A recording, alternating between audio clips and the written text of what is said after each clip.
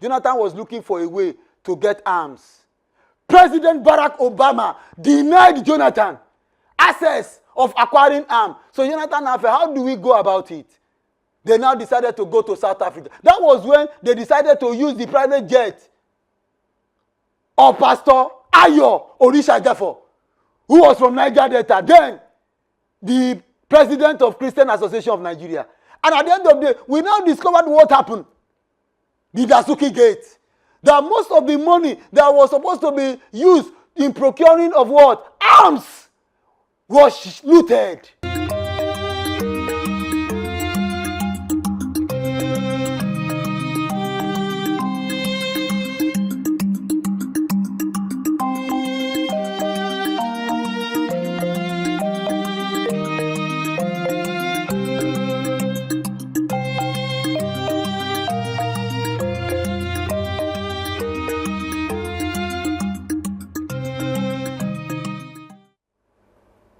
Those who cannot remember the past are condemned to repeat it.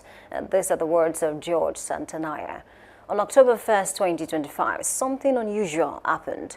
For the first time in decades, the federal government cancelled the Independence Day military parade, an event deeply symbolic of Nigeria's sovereignty, unity, and the historic role of the armed forces in nation building. Days later, reports began to circulate, reports of an alleged coup plot, arrest of military officers, and whispers of internal unrest within the ranks. The defense headquarters denied any connection. But by October 31st, confirmation came. Investigation had been concluded. Officers had been identified and military judicial processes were underway.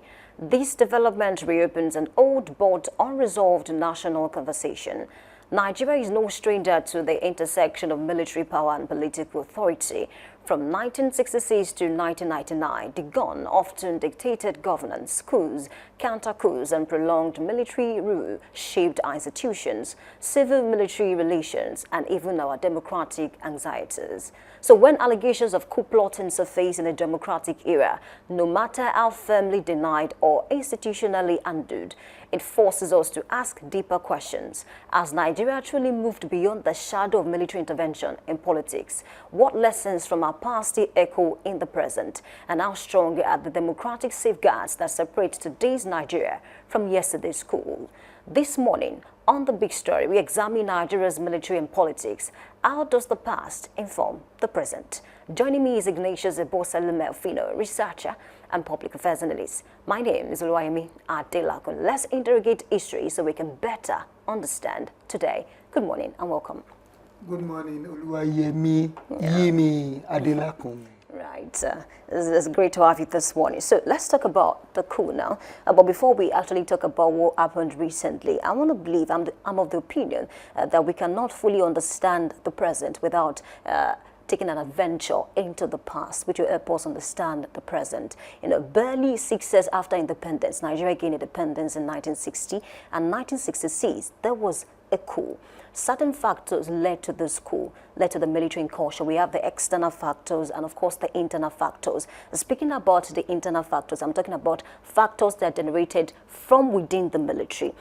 And I'm talking about things like, you know, some junior officers complain bitterly that the senior officers are enjoying so much. They have access to the suites, you know, big cars, and they live a luxurious life. And then other issues, you know, are external factors. I'm talking about things that were happening in Nigeria as at that time. I'm talking about the electoral unrest, talk about the election of 1964-1965 that led to Operation Wete. I'm talking about, you know, corruption, weak institutions, and quite a number of things, you know, that led to the military incursion. Now, a lot of persons are arguing now that we are seeing an attempted coup happen recently. People are saying, is it because the relics of the military incursion back in 1966 down to 1999 have they surfaced again? Can you explain better on this? Can you link the past with the present? Really? Thank you very much, Yimi. Yeah. Nigeria gained independence, political independence, October 1, 1960. There was the political unrest of 1963, better being known as Operation Wete. So there was a military coup in 1966. That military coup was led by no other person than Major Nzegu Kaduna. So there was a counter coup. And that counter coup was led by General Thomas Aguiyi-Ironsi. Then there was also what we call a counter coup led by Lieutenant General T.Y. Danjuma. They now installed General Yakubu Gowon as the military head of state. So he ruled Nigeria. The first coup that happened on January 15, 1966. Then in July, that day, there was a counter coup led by General Aguiyi-Ironsi. So Aguiyi-Ironsi was just in power for 6 months. July 29, he was overthrown by this person, the coup that was being led by Lieutenant General T.Y. Danjuma. And they decided to install General Yakubu Gowon. So from 1966 to 1975, Gowon ruled Nigeria as a military head of state. So he was overthrown when he attended a meeting of OAU, Organization of African Unity, in Kampala. It was a palace coup led by no other person than General Muritala Ramat Mohammed. That one was in power for 6 months. That was July. July to February 13. February 13, he was assassinated by a palace coup organized by Colonel Dimka. Sumukaduka Dinka.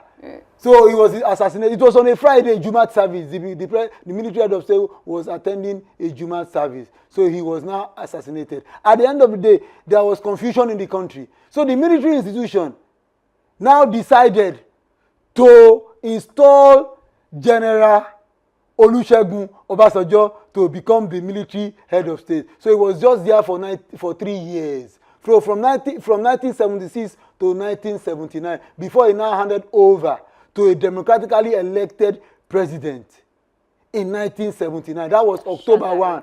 Alhaji Aliyu Shehu Shagari. So Shagari was there from 1979 till December 31st, 1983.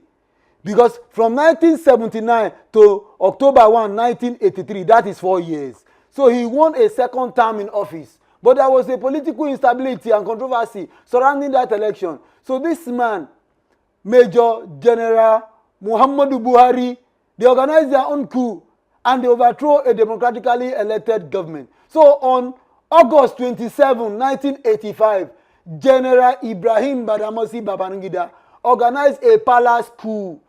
So that palace coup was very successful. Muhammadu Buhari, Major General Muhammadu Buhari, was around, but this man, Brigadier General Tunde Idiagbon, went for the Hajj. That was why the coup was successful. People are still saying that assuming he was around, the coup wouldn't have been successful. So that apart. Then there was what we call the Mamavasa coup of 1986 that has become a subject of controversy. Then there was the bloodiest coup in the Nigerian history. That was the Gideon Oka coup of 1990. It was on a Sunday, April 22.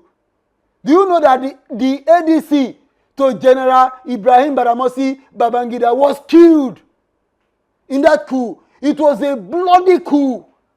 That was 1990. Then from there, subsequently, then we had election in 93. That was the 1993 election. Yeah. Even before the 1993 election, there was an election we call option A4 that was being won by Lieutenant General Shehu Yaradua, the elder brother of Umaru Musa Yaradua.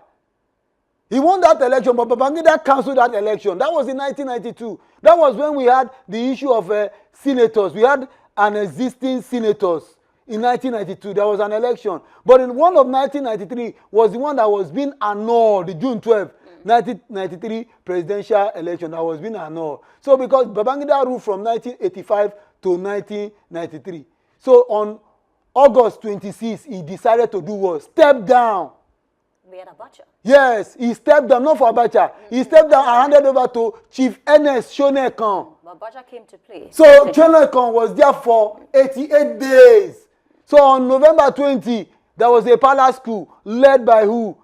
General Sani Abacha. People are saying that Babangida was supposed to go with Abacha when he decided to step down. So that was the finger of conspiracy, probably to compensate Abacha, because Abacha was able to counter the coup led by Gideon Oka. They were friends, were they not? Yes, they were friends. The same thing in Mamambasa too, but it was an alleged coup. The one that happened in 1986, the Mamambasa coup. So now what happened was this: Abacha now ruled for 5 years, from 1993 to 1998. So he died mysteriously. So this man, General Abdusalami Abubakar, now took over as the military head of state, and he ruled Nigeria for just 10 months. And he helped us install yes, and decided to install democracy. That was on May 29, 1999. So when we are talking about military, you are talking about the armed group or the armed component of an independent nation. An independent nation must have a standing army, but there is what called the constitutional responsibility of the army, defending the territorial sovereignty of the country. We have what we call representative government. The military are not supposed to govern. What they are supposed to do is to defend the territorial sovereignty of the country. But when you are seeing the military intrusion or incursion in Nigeria, who are to blame? The civilians. It has been alleged that most of the Nigerian civilian government, they are corrupt. We look at what happened in 1963, Operation Wet here. A lot of politicians were killed in that process.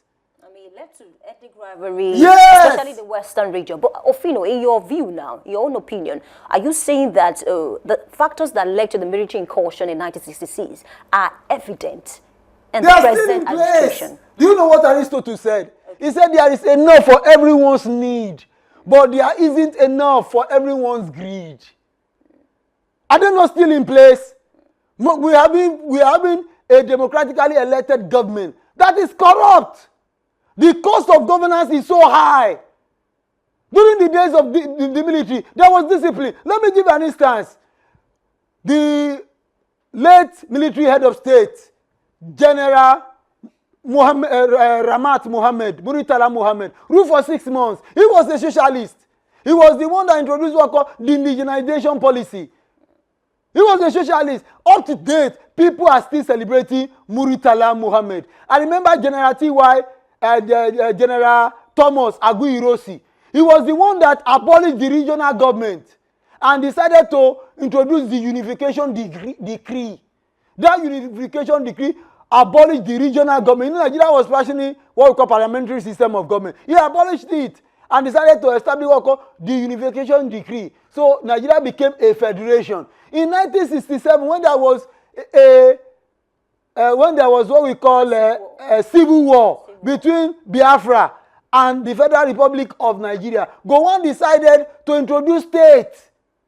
That was where he created 12 states. In 1975-76, the military also added 7 states, making what? 19 states. So when Babangida came into power in 1987, introduced 2 additional states, we now have what we call 21 states. So in 1991, we had what we call 30 states. So when Abacha now came into power, Abacha now decided to introduce what we call 5 additional states, making 36 states. Okay. So that was in 1996. So presently Nigeria is having 36 states. It was the military that created all the states you are seeing today. The military did a lot of things that you can see in terms of economic transformation.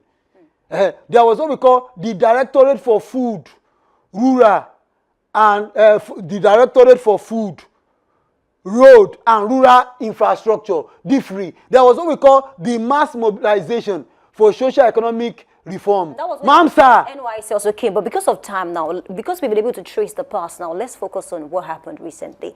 Now, what do you make of this constant dismissal of what later becomes the truth? At a time, the military said there was no coup attempt at all. And then recently, they came out to confirm that, yes, there was a coup attempt. And of course, Nigerians are saying now that even the trust of Nigerians in their government, is a little bit fragile. This has worsened the situation. It's sickening for a lot of Nigerians. Why is it that at a time, the military will come out to say there was no attempt and then later come back to confirm it? Now, this is the argument of the military and, of course, many Nigerians to say that they were trying to douse the tension. They were trying to not cause any form of violence amongst people. But then, Don't you think something was it was supposed to be addressed in a better way than just confirming outrightly that there was no coup attempt? There is one thing we must understand. Nigeria is an independent nation.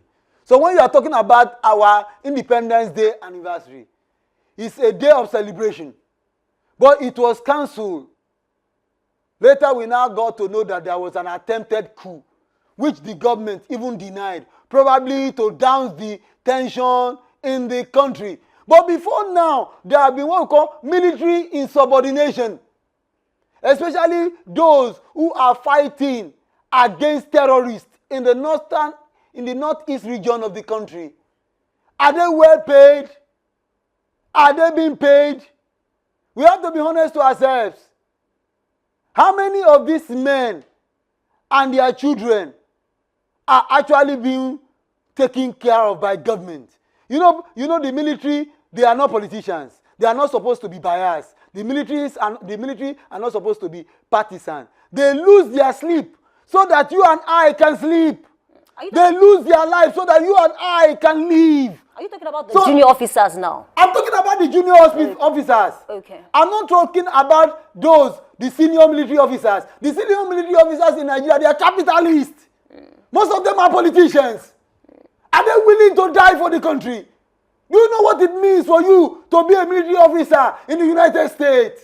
Even if you lose your life in line of office, you'll be celebrated as an hero who defended the territorial sovereignty of the United States. But in Nigeria, it's not like that. The other day, the terrorists slaughtered a general of the Nigerian army, and nothing happened.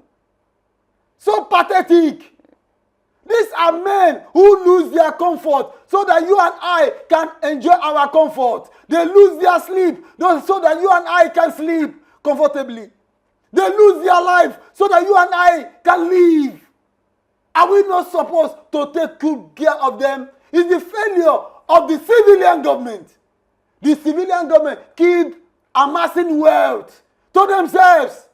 Do you know the number of allowances that governor enjoy? Do you know the number of allowances that the president and the vice president enjoy? That's what we call Esther Code. It's there. But these military men, especially those we call rank and files, junior officers, are they being taken care of? Now when you look at the Nigerian army, there is what we call infiltration. Is there caused by who? Not by this rank and file, caused by the senior military officer. Because when you want to recruit anyone into the Nigerian army, who does the recruitment?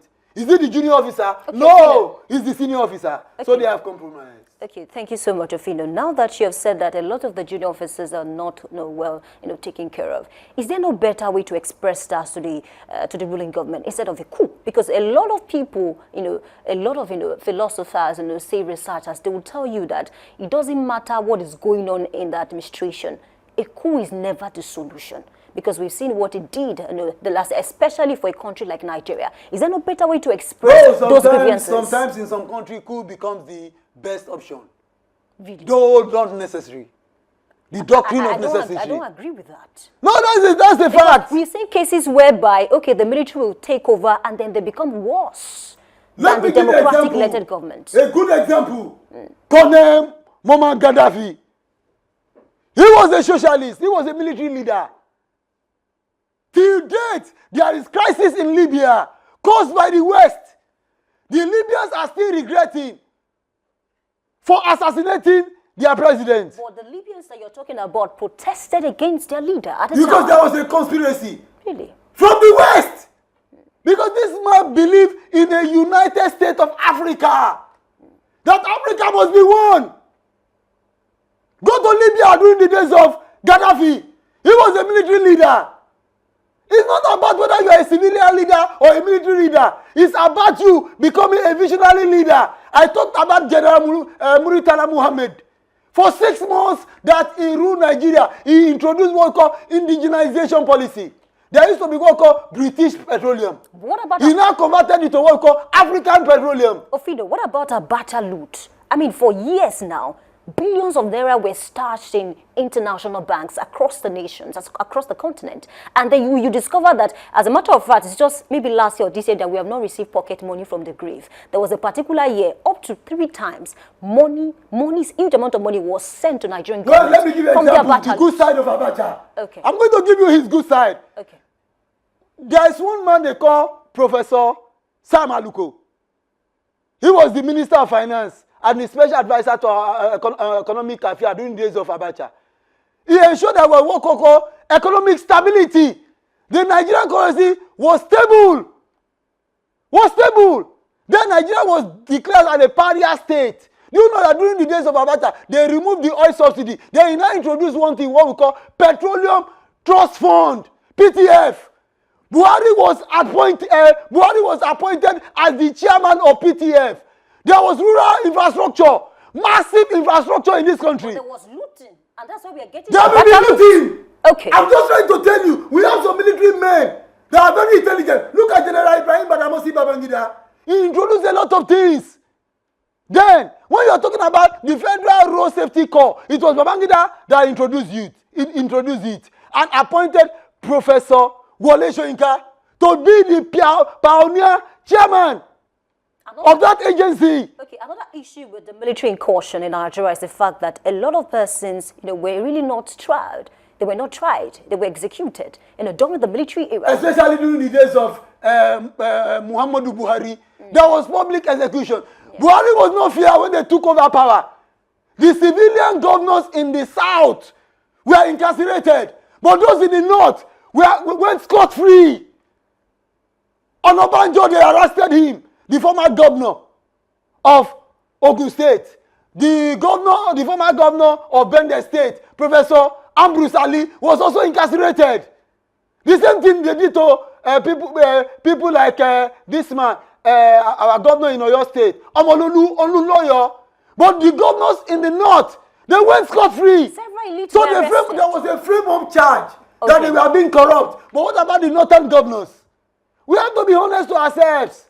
We have some the military men. I'm not supporting military incursion, but it is the civilian that caused it in the first instance. But I can tell you today that till date, it has only been the military that has created state. No civilian government has ever done that. I wouldn't know whether Asiwaju Bola Ahmed Tinubu is going to change. It happened last year. The narrative. There were certain discussions around creation of state, though they are still deliberating. But let's come back to this issue now. Femi Falana, there's a son of this country. He was on national TV yesterday, and he said that Nigerians deserve an apology from DHQ. And of course, the media outlet that published that story in the first place, that yes, there was an attempted coup.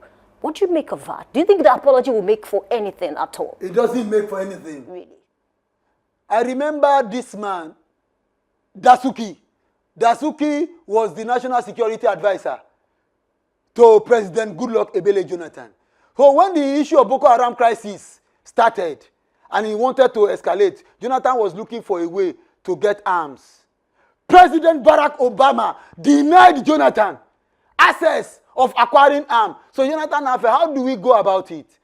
They now decided to go to South Africa. That was when they decided to use the private jet of Pastor Ayo Orishagafo, who was from Niger Delta, then the president of Christian Association of Nigeria. And at the end of the day, we now discovered what happened. The Dasuki Gate. That most of the money that was supposed to be used in procuring of what? Arms was looted. So there has been a lot of conspiracy against national security in Nigeria.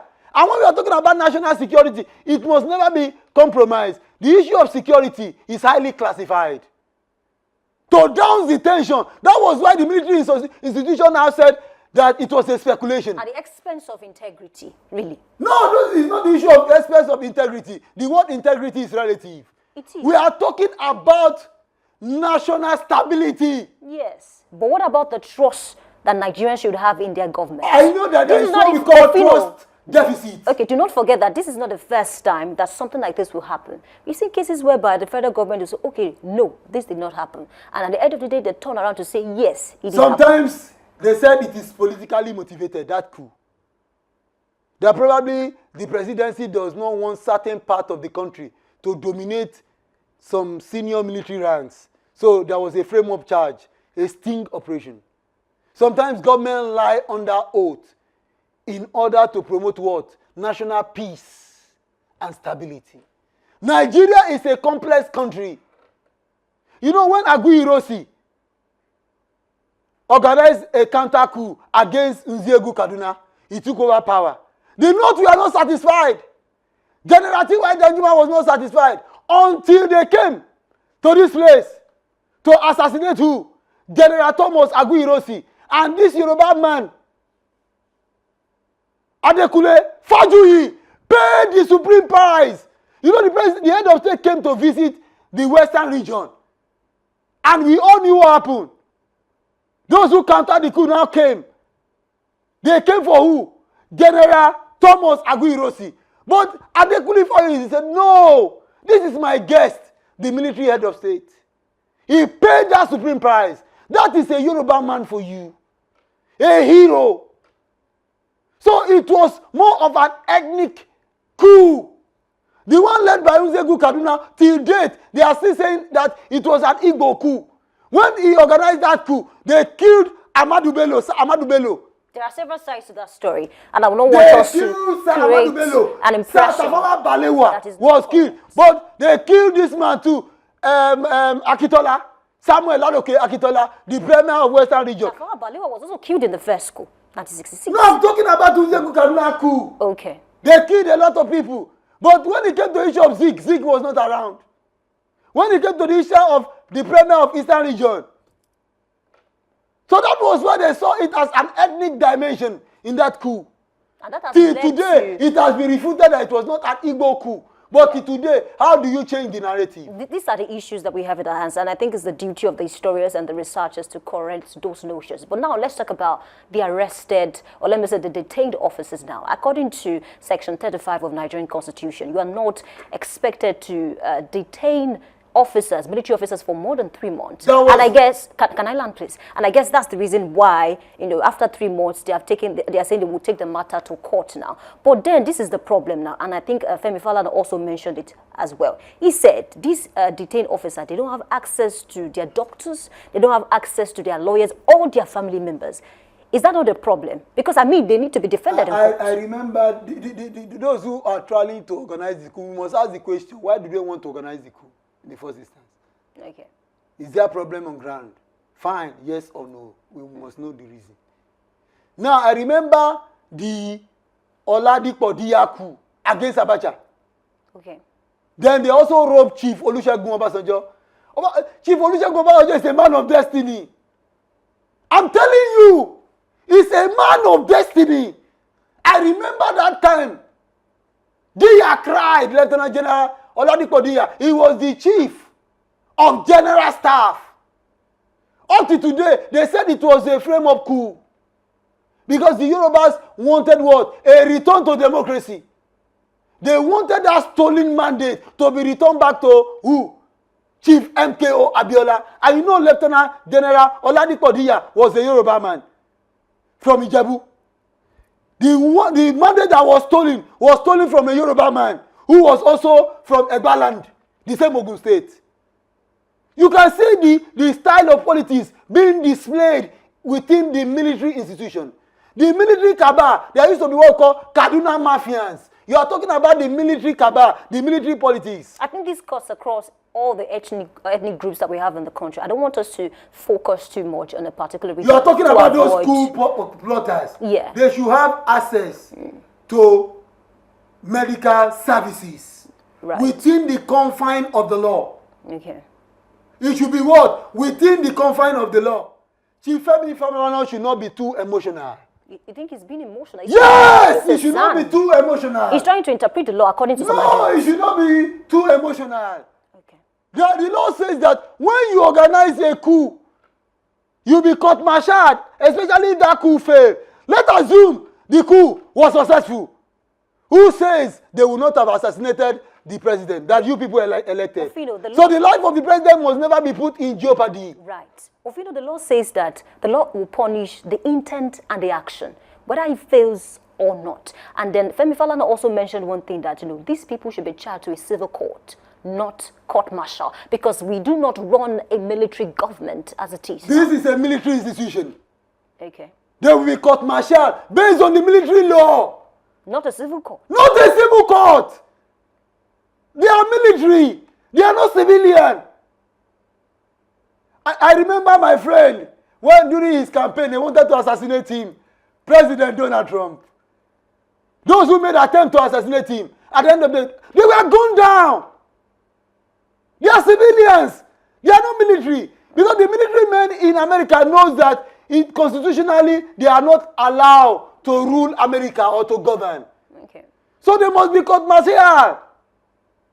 They must be court-martial according to military law. They will be tried according to the military law. What Falago can always agitate for is this. If they are going to be sentenced, they should be sentenced to what? Life imprisonment and not public execution. I think that is what he should agitate for. The judge now. Who is going to I'm not the judge, but that is what he should agitate for. Even if today you make an attempt that you are going to assassinate the president, you'll be arrested. If a madman on the street or a drunk is saying that he is going to assassinate the Nigerian president, the DSS has every constitutional responsibility to arrest that madman, because the life of the president must never be put in jeopardy. Right. We will not say because he's a madman. That is why threat to life is a criminal offense. If you and your neighbor are having issue at home and your neighbor threatening your life, what you have to do, go and report him or her to the police. It's a serious offense for you to issue a threat to the life of anyone, let alone a duly elected president. Okay, Ofino, let's settle this dichotomy now. Some persons are saying initially, okay, the DHQ might not have mentioned the coup. It was just an attempt to overthrow the government. Is there a difference between both statements, a coup and an attempt to overthrow the government? An attempt to overthrow the government and a coup. When we say an attempt, that means that's the planning stage. The president was lucky because he was able to counter it at the planning stage. Well, but when it is being executed, the president may lose his life.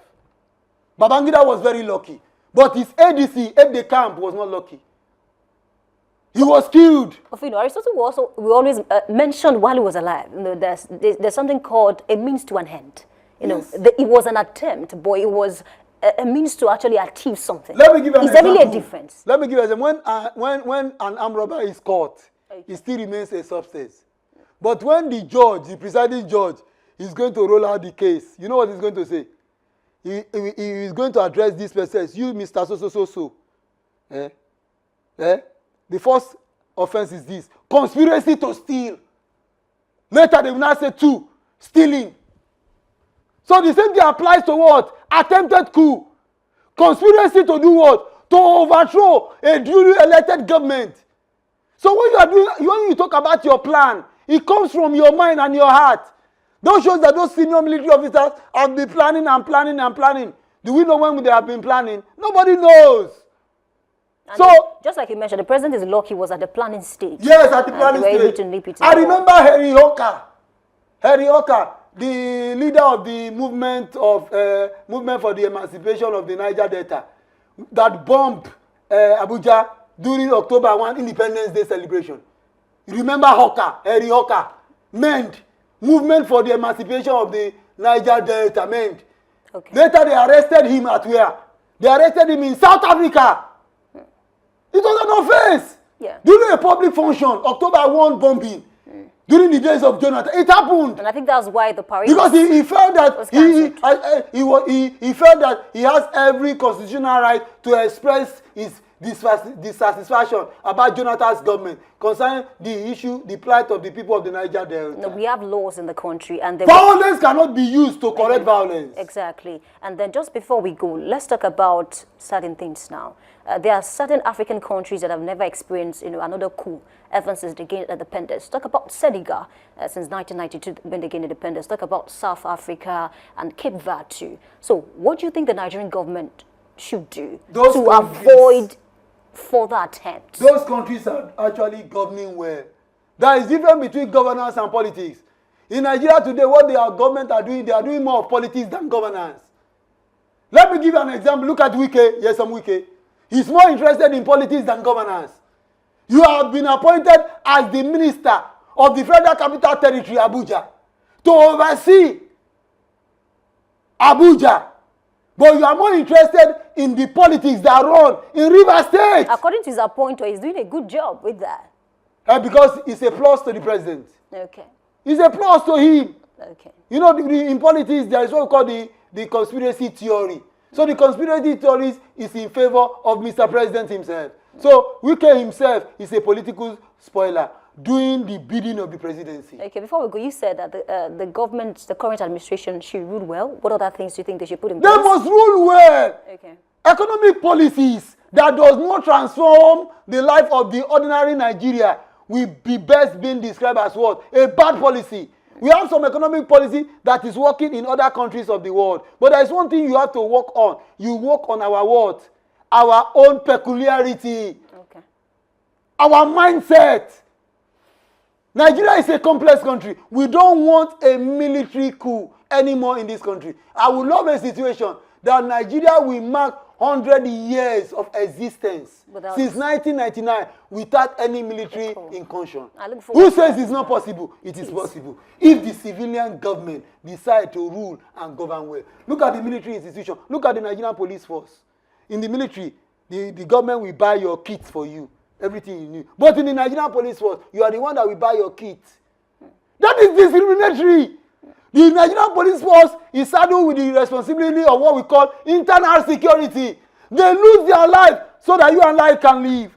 They lose their sleep so that you and I can sleep. Are we treating the Nigerian police force well? No! It is bad. So you think go to the barrack, the one that is very close to us. In Yagoku here. Anytime I pass through it, I weep. The police headquarters. The giant of Africa. What a country.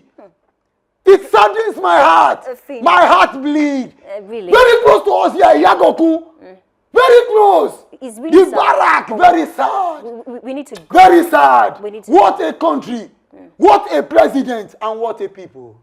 This is really sad, honestly. I think allegedly a police officer was also arrested in connection to this case, but then these are issues that we'll also look at some other time. A big thanks to you, Fino. Thank you, Yimi. And Boselime for joining this conversation. I'm delighted to be here. Really insightful. Thank you so much. We need to go. The soldiers' loyalty must be to the Constitution, not to ambition. A paraphrase from democratic civil military principles. Nigeria's issue reminds us that democracy is not sustained by elections alone, but by institutions, accountability, and memory. The alleged coup plot of October 2025 may never evolve beyond military tribunals and internal discipline, but its significance lies in what it represents, a test of Nigeria's democratic maturity and the professionalism of its armed forces. Our past shows us where unchecked power can lead. Our present challenges us to prove that we have learned. The question is no longer whether Nigeria has experienced military rule, but whether Nigeria has truly outgrown it. And that is the conversation, that is the caution, and that is the big story. I'm Oluwayemi Adelakun. Thank you for listening. We need to take a short break, and when we come back, we continue. Please stay with us.